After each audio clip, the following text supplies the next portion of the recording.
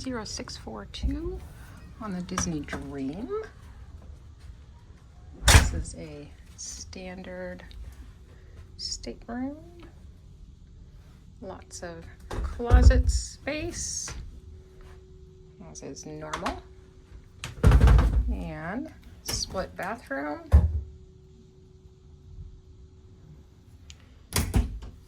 Which is great for families, multiple people getting ready.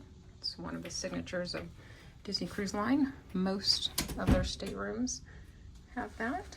The beds have lots of storage space underneath. We've got drawers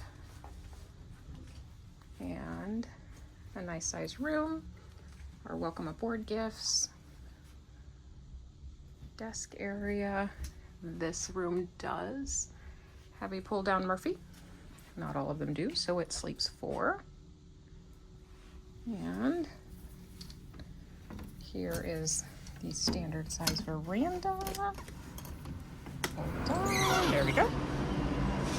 With our view of Fort Lauderdale right now. Fort Everglades. And that is it. Thank you for watching.